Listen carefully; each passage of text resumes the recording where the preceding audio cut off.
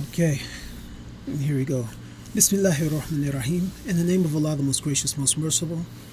Wassalatu wassalamu ala khayri anbiya wa mursaleen Muhammad. And may the peace and blessings of Allah be upon the best of His prophets and messengers, Muhammad. Wa ala alihi wa sahbihi ajma'in. And upon his family and all of his companions. Assalamu alaikum wa rahmatullahi wa barakatuh. This presentation, or this beginning of a series of presentations, is going to address or put forth the topic of Islam as being the perfect and most complete public health intervention, and particularly in light of what's going on with the coronavirus, the COVID-19, to give a bigger perspective of the role of Islam in terms of public health. And I want to do it try to do it in bite-sized portions, because I found it's taking a bit too long for me to do it the way I was trying to originally. But anyway, excuse me, the way I plan to go about this, the topic I want to present Islam as the perfect and most complete public health intervention. First is touching on the topic of epidemiology. I'm entitling this series as Epidemiology 101, COVID in Perspective. My name is Abdullah Barone, Alexander Conkwright. This is April 11th, 2020. Okay? And I'm going to try to make this in small, short segments, inshallah. Okay. A'udhu billahi minash shaitanir rajim. In the name of Allah, I seek protection in Allah from the accursed shaitan. وَنُنَزِّلُ مِنَ الْقُرْآنِ مَا هُوَ شِفَاءٌ وَرَحْمَةٌ لِلْمُؤْمِنِينَ وَلَا يَزِيدُ الظَّالِمِينَ إِلَّا خَسَارًا. And we sent down the Quran from the Quran that which is a healing and a mercy from the believers, and the disobedient ones don't increase except for in loss. And this is Surah Al-Israa, the 17th chapter, 82nd verse. Now, I'm going to be changing the way I'm going about it compared to my tries previously. I'm just going to read the English, just because in respects of time. Okay, so basically the goals of this presentation are four. Number one, introduce epidemiology to the community as a public health tool to understand disease and manage its impact. Number two, demonstrate how Islamic principles and practice provide the perfect foundation for best practice in public health interventions for every place and time.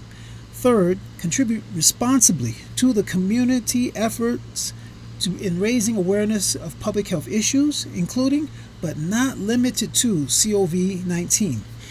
Fourth, increase the capacity of community members to ask more informed questions about disease spread using basic epidemiology concepts and principles.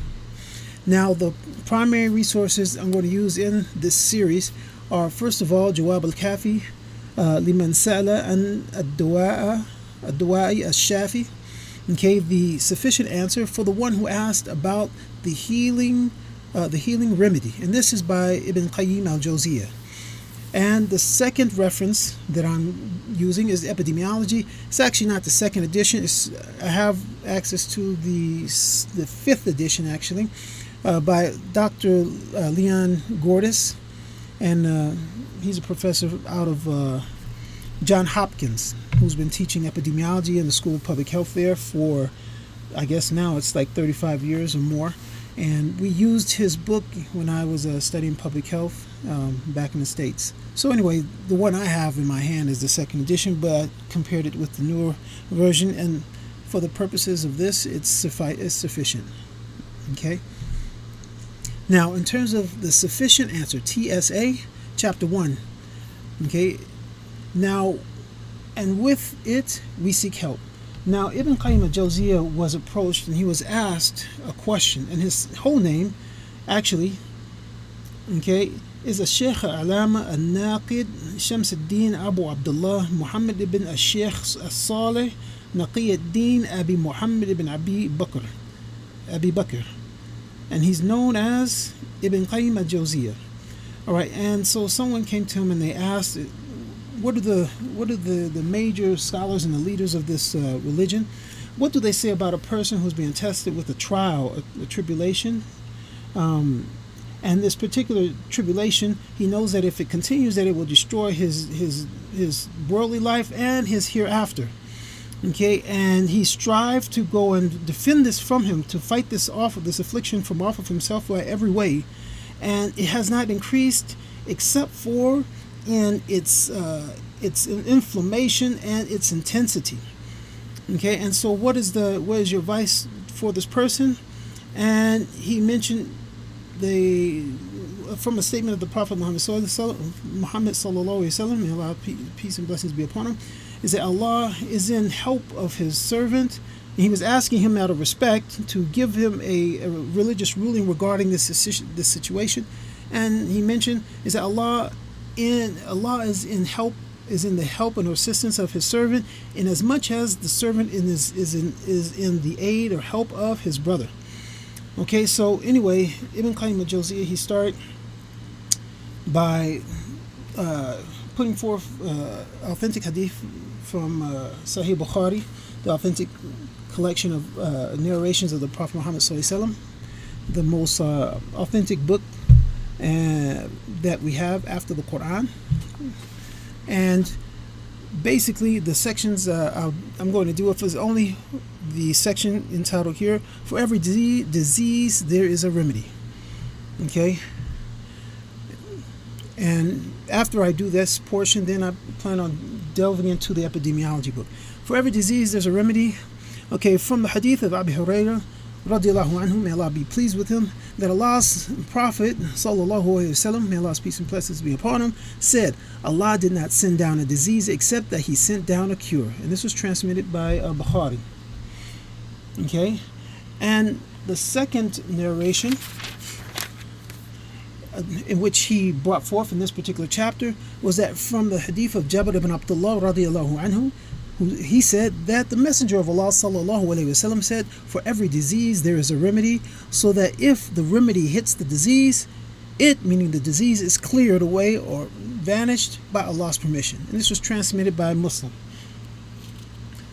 Okay, now one aspect, so those are the two hadith that he presented in the beginning, and from here he if you want a more lengthier portion of this, then I'll have to go and I'll have a separate one, but I need to make this short, sweet, and just give you the dalil that Ibn Qayyem Al-Jowziyah brings. And so anyway, from the previous ones that he mentioned, is that there's another hadith where he mentions from the hadith of Osamah ibn Shareek, on the authority of the Prophet Muhammad sallallahu alaihi wasallam, he said, verily Allah has not sent down a disease except that He sent down for it a cure. Whoever knows it, and whoever doesn't know it, doesn't know it. And this was collected or transmitted by At-Tirmidhi, and he said the hadith is authentic, and it was also transmitted by Abu Dawood.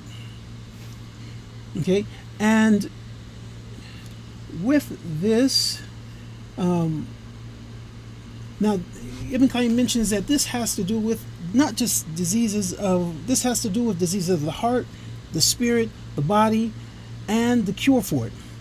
And in this next hadith, the Prophet Muhammad sallallahu alaihi wasallam, he put forth, or he presented ignorance as actually a disease. Okay, and the cure for this particular disease of ignorance is to ask the scholars. Okay, in the hadith of Jabir ibn Abdullah, he said, I left on a trip, and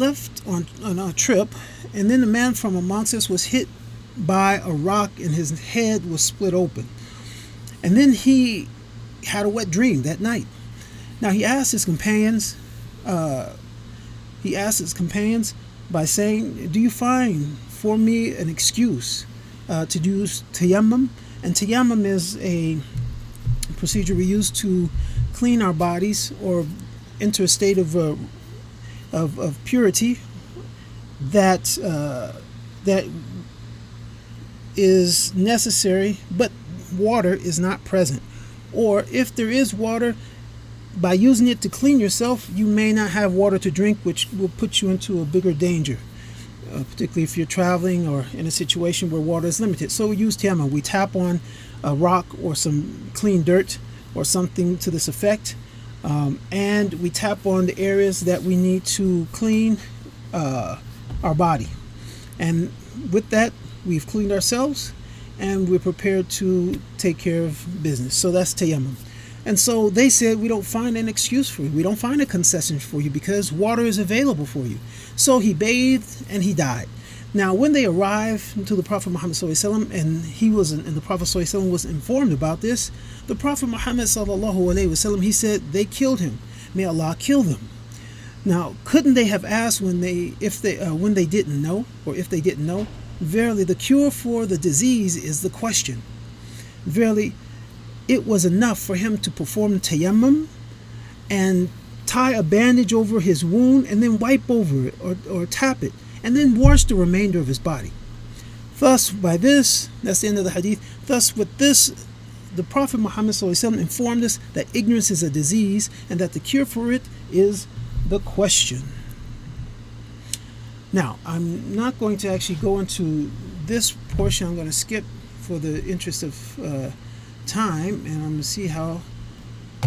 Let me jump forward to this current situation. Okay, so actually I'm going to go out of order of the. No, I'm not going to go out of order. I'm going to go in order of the slides in which I have.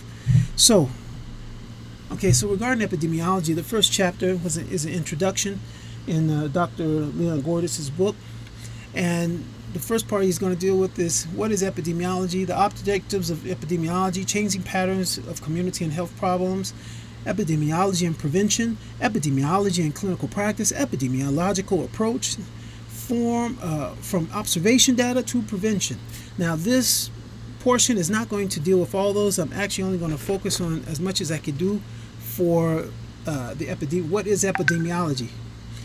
Okay, now with that, I am going to go to the next slide. Okay, here it is. All right. So, what is epidemiology? It's the study of the distribution and determinants of health-related states or events in specified populations, and the application of this study to control health problems. So, in contrast to a physician who looks at one individual and they try to find out what's the problem, or a nurse who might look at an individual and try to determine the cause and the problem, the epidemiologist is looking at populations. Okay, the epidemiological, or in even a bigger picture, the public health approach, whether it's public health nutrition, public health environmental issues, anything under public health is dealing with populations. Okay, now let's look at, okay, so the objectives of epidemiology. First objective of epidemiology is to identify the etiology or the cause of the disease and the risk factors. That is, the factors that increase a person's risk for a disease.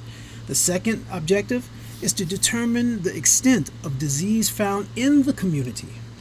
Third, to study the natural history and prognosis of the disease. Prognosis meaning the outcome, the ultimate outcome, or outcomes. There may not be just one.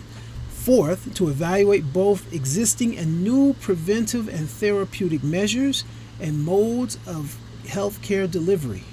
Okay, so the solutions. The fifth objective is to prove the foundation for developing public policy and regulatory decisions related to environmental problems. So that's taking it to the next step.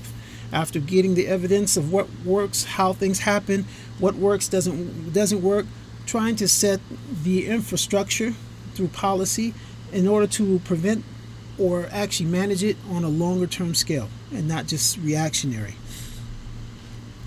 Okay, now with that brief, this was a couple of days ago, which is not very relevant now, but anyway, this is a clip of the I guess the dashboard. This is a COVID-19 dashboard that Saudi Arabia has at the Ministry of Health website to look at the stats of. First of all, actually, I'll just explain if it plays. Let's see if it does play. Okay. No. So here we have the virus 19 dashboard in Saudi Arabia. These are the total cases. Ijmali halat. This is the number of current cases. Halat al-nashata. These are active cases, let's say. And by city, Riyadh, Mecca al-Mukarramah, Medina al-Munawwara, and go further down. On this side right here, Ijmali and Muta'afin. Alhamdulillah. This is the number that are now well. They're no longer infected, or they're no longer they no longer have the coronavirus. Okay, so I stopped that one. So that was, I gave the reference for where that website can be found. Second, issues, the changing patterns of healthcare problems. So actually, I found another website, which is Track Corona Live, and I wanted to see, this shows where it is all over the world, and I wanted to see how accurate or up to date this was for using Saudi Arabia as a point of reference. See, is it actually up to date? And I actually found here it was. We see there's a website called Track Corona Live Map. Let's compare the numbers that being reported in Saudi Arabia according to what this has. It's a little bit under in terms of confirmed cases. So 961, 267 recovered. Actually, the number was 666. So they're maybe a bit behind. I don't know how. This is not very accurate in 3 dead versus the numbers higher. So this is actually not a very recent map, but it's interesting to see. It's off of track in terms of what what the Ministry of Health is reporting right now. But it's interesting just to get a map of what the situation is. So anyway, when I first started looking at it, I didn't think it was up to date. But then when I clicked on Saudi Arabia specifically, or first of all Riyadh within the map, I found that the numbers actually do correspond exactly to the daily report that the Ministry of Health is giving. So it actually is up to date at the time I checked it. These are the two websites if you want to find it. And then I will come out with the next clip to deal with the next section of Ibn Qayyim's book, Al-Jawab al-Kafi. And the next section will be Quran Shifa. Al-Quran Shifa. Is that the Quran is a cure. Okay, Subhanaka Allahumma wa bihamdik. Ashhadu an la ilaha illa ant astaghfiruka wa atubu ilayk.